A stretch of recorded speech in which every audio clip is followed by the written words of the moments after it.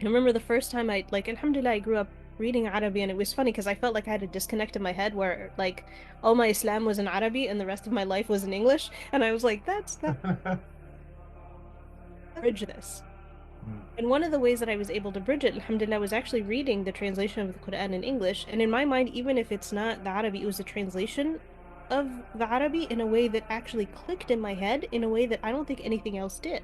Mm.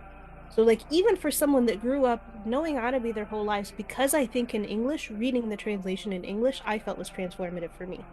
And the reason I think this is important is because we're actually more responsible for the meaning than we are for the actual recitation of the Quran.